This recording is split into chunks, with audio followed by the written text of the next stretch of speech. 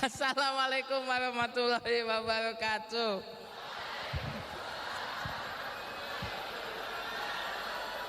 Langsung kenceng banget loh jawab salamnya loh.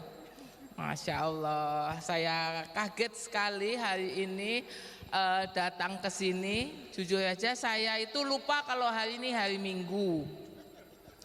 Dan saya shock melihat anak-anak muda hari Minggu bukannya rebahan nonton TV di rumah, malah pakai alma mater. Terus dengerin Pak Sasto kuliah. Kalian tuh diprank loh sama Pak Mustaqim. Kalian ini kok mau-maunya loh, generasi muda kok kayak gini. Mau jadi apa?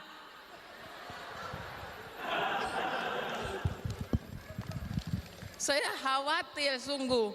Saya khawatir. Saya takut kalian ini kalau mahasiswa aja kayak gini, saya takut kalian itu nanti begitu udah gede jadi kayak Pak Sasto.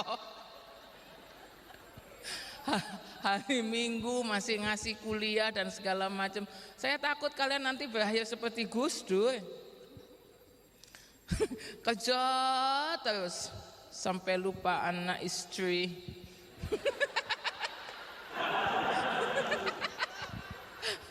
Itu bukan pantun, itu curhat.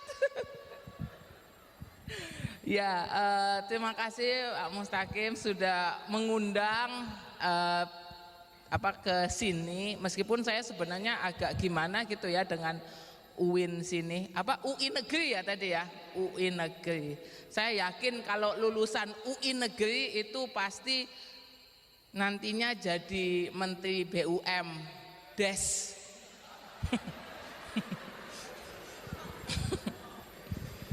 Ya, ya meskipun saya sebenarnya tadi agak kaget Mas Sasto, tadi ada penandatanganan MOU itu dengan Universitas Hasyim Asy'ari, Universitas Wahid Hasyim dan UIN Gus Dur. Wah, ini nepotisme sekali ya. Ini bisnis keluarga, ini dinasti ini. Astagfirullah. Ini jangan sampai ketahuan MK ini.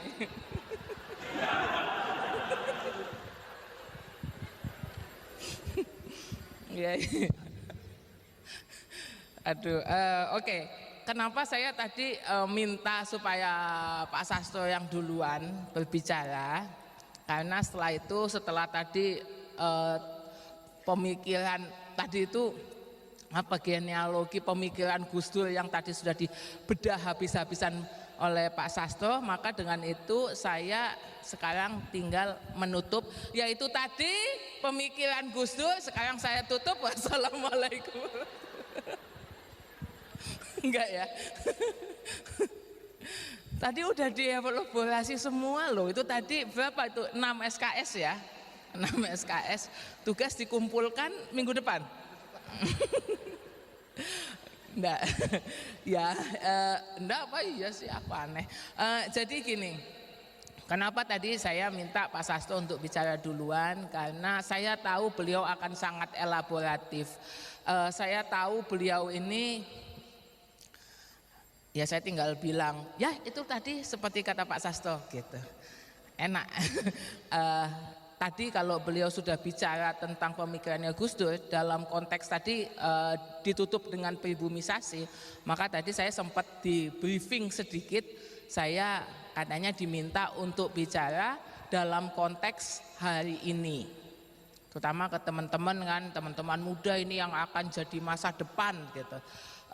Maka perlu bicara dalam konteks hari ini dan dalam konteks globalisasi gitu. Jadi itu yang akan saya bicarakan. Tadi sudah dielaborasi dengan luar biasa oleh Pak Sasto. Tadi sebenarnya Bu Dwi tadi udah bilang, katanya saya diminta untuk bicara soal Gus Dur. Kenapa Gus Dur bisa jadi bapak pluralisme?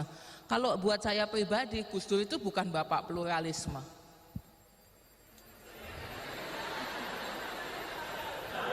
Gus Dur bapak saya, bukan. Itu sebenarnya klaim sepihak. Saya nggak tahu Gus Dur itu nganggap saya anak juga nggak sih? Jangan-jangan ini hanya klaim sepihak. Kalau buat saya pribadi, Gus Dur bukan bapak pluralisme. Kita bisa lihat salah satu bukti yang sangat kuat adalah Gus Dur tidak pernah minta makamnya ditulis di sini terbaring bapak pluralisme gitu, atau di sini terbaring tokoh pluralisme. Tapi Gus Dur bahkan sebelum meninggalnya itu bilang, ya masa setelah meninggalnya bilang, takut saya. Sebelum meninggalnya beliau berpesan nanti pada saat dimakamkan nisannya dituliskan di sini berbaring seorang humanis gitu. Dan saya sangat percaya pluralisme atau perbedaan itu sendiri atau keragaman itu sendiri itu adalah bagian dari humanisme. Kalau kita bicara manusia, maka kita sudah pasti akan bicara keragaman. Kalau Anda tidak sepakat, Anda adalah bagian dari keragaman tersebut dan Anda sedang mengekalkan pernyataan saya gitu. Bahwa kita memang beragam, bahwa manusia pada hakikatnya memang beragam, dan itu yang kemudian ditekankan oleh Gus Dur. Tadi kalau tadi Mas Hasto sudah bicara panjang lebar, dan itu yang dibawa oleh Gus Dur dengan demokrasinya. Gus Dur itu, saya cerita sedikit, saya nggak tahu nanti monggo Mas Hasto dibenarkan cerita saya ini ngawur apa enggak ya. Saya nggak hidup dalam masa itu. Waktu bapak saya kuliah, kebetulan saya waktu itu belum lahir. Gus Dur kuliah di Mesir, di Al-Azhar. Kuliah loh, saya bilang bukan lulus. Lulus dan kuliah adalah dua hal yang berbeda. Gus Dur kuliah di Mesir, kita semua tahu. Ya meskipun Gus Dur tidak lulus dari Al-Azhar, tapi kalau dicek websitenya itu nanti di alumninya itu ada gambarnya Gus Dur gitu. Nah, maka itu goal kalian, nggak perlu lulus tapi mukanya ada di halaman alumni. Itu lebih luar biasa. Kalau lulus mukanya ada di halaman alumni itu biasa, ya pasti begitu. Tapi nggak lulus ya ada di situ kan luar biasa, anti mainstream. Gus Dur itu kuliah di Mesir. Bapaknya itu dulu katanya menteri, ya kalau zaman sekarang itu Gus Dur itu anak privilege gitu ya. Nah, kalau saya jadi Gus Dur ketika pulang dengan konteks kayak gitu, saya kuliah di luar negeri bertahun-tahun, kemudian saya pindah ke Baghdad, kemudian saya pindah tempat kemana lagi gitu ya. Gus Dur sempat melakukan perjalanan sampai ke Eropa, kemana segala macam. Sampai paling jauh kemana Mas? Nganjuk, bukan? Enggak. Tersono. Nah, sampai kemana-mana gitu ya. Lalu beliau pulang. Kalau saya jadi Gus Dur nih, gitu ya, pilihan saya ketika pulang, saya jadi satu, antara saya kemudian menjadi sangat tertutup, semuanya tertutup, karena pada saat itu banyak sekali itu pemikiran atau pemahaman bagaimana dari kelompok-kelompok yang kemudian mempurifikasi, mengekalkan dan kemudian menjaga supaya misalnya nilai-nilai keagamaan menjadi sesuatu yang jauh lebih rigid. Maka saya mungkin akan berakhir seperti itu. Yang dikit-dikit, mohon maaf jangan dekat-dekat, kamu bukan bagian dari saya. Atau kebalikannya, saya akan ada di titik satunya lagi, di mana saya dikit-dikit marah. Saya terus kemudian marah bahkan untuk kelompok, saya mengatasnamakan kelompok yang bahkan sebenarnya bukan kelompok saya. Kamu jangan ngomong kayak gitu ya, itu cultural appropriation. Sementara yang itu nggak boleh, itu itu menghina kelompok lokal, sementara kelompok lokalnya, loh aku kok nggak ngerasa terhina ya gitu. Lalu kita apa-apa marah, apa-apa ini ketidakadilan, ini nggak sesuai dengan nilai-nilai Western gitu. Dan itu semua sangat masuk akal karena pada saat yang sama nilai-nilai itu juga banyak muncul. Atau kalau saya jadi Gus Dur akan ada pilihan ketiga, saya pulang, saya nggak peduli kanan atau kiri, saya punya gelar dari luar negeri, saya punya ilmu, saya punya privilege, maka yang perlu saya lakukan adalah mencari keuntungan sebesar-besarnya untuk saya sendiri. Ya terserah aja masyarakat mau kayak apa, bukan urusan saya. Tapi untungnya Gus Dur bukan saya. Gus Dur tidak melakukan hal-hal tersebut. Yang dilakukan Gus Dur ketika beliau pulang adalah kemudian dengan kepalanya yang sudah mengglobalisasi, yang menarik adalah ketika beliau pulang akarnya menjadi sangat kuat oleh apa yang dikatakan oleh Pak Sastro tadi sebagai pribumisasi, menjadi kelokalan.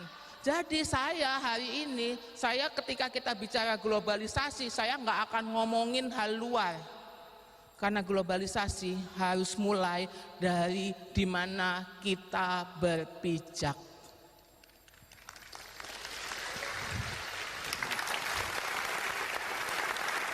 Dan itu yang paling kuat yang ditanamkan oleh Gus Dur. Pemikirannya, kepalanya boleh mendapat asupan dari negara manapun, dari pemikiran manapun, tapi dia tidak menjadi manfaat kalau dia tidak bisa diletakkan dalam konteks lokal. Dia harus bisa diletakkan dalam konteks lokal. Dan itu yang tadi oleh Pak Sastro dijelaskan sebagai tradisional dengan tadi apa yang Western ya, apa tadi Mas?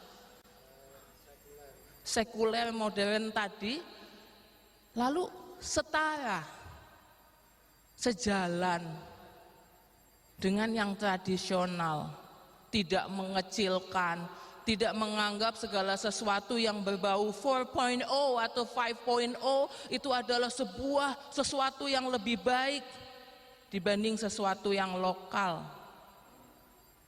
bahwa kelokalan adalah sesuatu yang,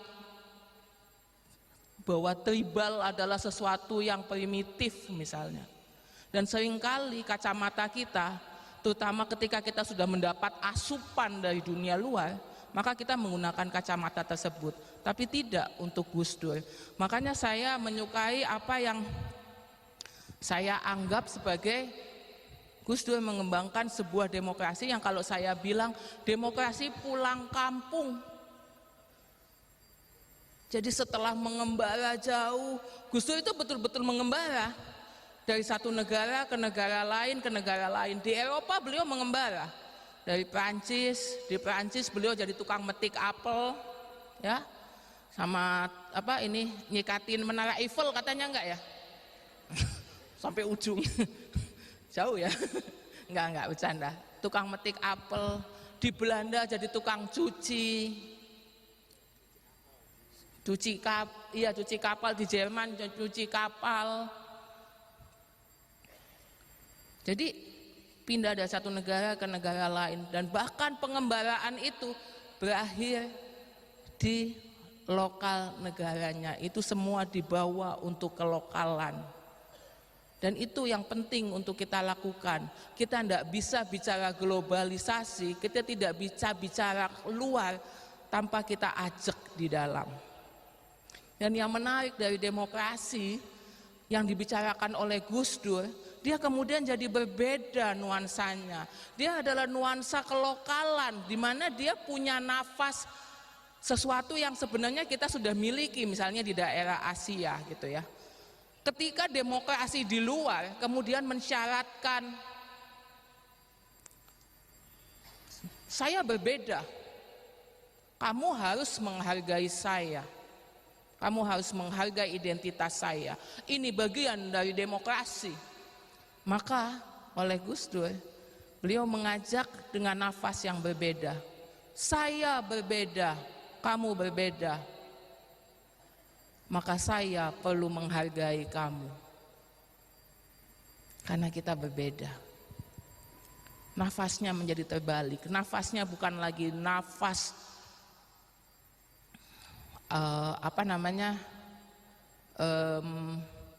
tuntutan, tapi nafas pemberian. Dan itu yang akhirnya tadi yang seperti dibilang oleh Mas Sasto, maka akhirnya tidak berakhir mengalienisasi yang lain. Maka ketika ada orang yang bilang, kalau saya begini gimana? Ya enggak apa-apa, kamu bagian dari demokrasi itu. Kamu bagian dari yang tadi, membuat kemaslahatan untuk masyarakat. Nah itu yang kemudian selalu dipentingkan. Jadi saya nggak mau panjang-panjang karena tadi sudah diuraikan panjang banget, sudah diuraikan dengan elaboratif oleh Mas Sasto. Maka pada akhirnya kalau kita tanya, terus kita mesti ngapain dengan semua pemikiran Gus Dur? Manfaatkan itu sebagai kebaikan untuk kelokalan. Bahwa kekuatan kita semua adalah identitas kelokalan kita masing-masing. Dia yang menjadikan Indonesia adalah Indonesia. Dan itu yang saya sebut dengan sotonya, dengan teori demokrasi pulang kampung ala Gus Dur. Semoga itu, saya nggak mau panjang-panjang ya, karena saya pengennya kita ngobrol, kita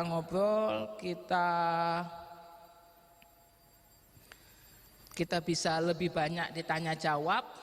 Nanti kita akan elaborasi lebih banyak di situ.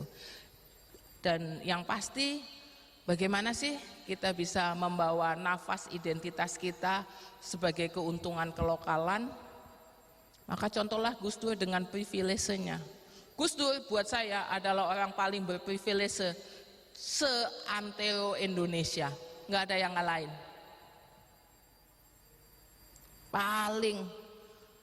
Paling punya privilege. Kalau nggak percaya, saya buktikan ya. Gus Dur laki-laki. Hanya dengan identitas itu kita tahu bahwa dia lebih punya hak istimewa dibanding yang lain. Sudah, kita nggak usah berdebat di situ. Nanti panjang saya jelasinnya. Gus Dur laki-laki. Gus Dur orang Jawa. Gus Dur Muslim. Sesuatu yang kalau menurut saya itu adalah trifecta dari sebuah privilege, laki-laki, Jawa dan Muslim. Trifecta privilege di Indonesia, ya. Dan sebentar, Gus Dur pendidikannya tinggi tentu saja ya, sekolah di luar negeri, bapaknya menteri dan segala macam. Tapi bukan itu saja, Gus Dur Muslim, bukan sembarang Muslim. Gus Dur bukan Ahmadiyah, yang dimana saya ketika diundang untuk acara Ahmadiyah, saya harus diam-diam dijemput naik motor, keluar masuk kampung dulu karena takut dipersekusi. Kita semua bahkan bisa gelar ritual agama di tengah jalan, nutup jalan, itu biasa. Kurang privilege apa coba? Ya toh? Dan sebentar, bukan sembarang mayoritas, bukan cuman Muslim terus mayoritas. Sebentar, Gus Dur orang NU, mayoritas. Kalau orang Muhammadiyah atau kelompok yang lain mungkin ada apa ya, kita masih ini. Tapi Gus Dur itu orang NU, secara jumlah katanya lebih banyak lagi. Tapi Gus Dur bukan sembarang NU, bapaknya bukan ketua cabang ranting mana gitu, bukan. Ibunya bukan ketua muslimat atau bahkan anggota muslimat Deso Kertosono gitu misalnya, enggak. Gus Dur cucu langsung. Saya Mbah Hashim. Kurang apa coba? Dan belum selesai, udah punya segitu banyak, masih dijadiin presiden loh. Kurang apa privilege-nya? Tapi apa yang kemudian beliau lakukan dengan privilege-nya? Privilege adalah ketika identitas kita atau segelintir identitas diberi hak istimewa. Artinya apa? Artinya kalau ada identitas yang diberikan hak istimewa, berarti ada identitas lain yang haknya mungkin diambil, dan itulah yang berusaha dikembalikan oleh Gus Dur.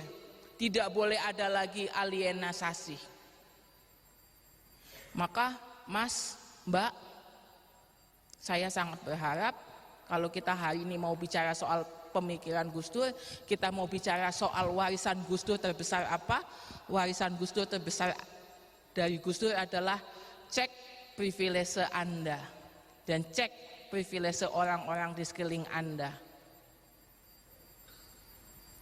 Mari jadikan privilege Anda sebagai kekuatan untuk membantu kelompok-kelompok atau identitas-identitas yang haknya masih diambil. Itu saja dari saya. Wassalamualaikum warahmatullahi wabarakatuh.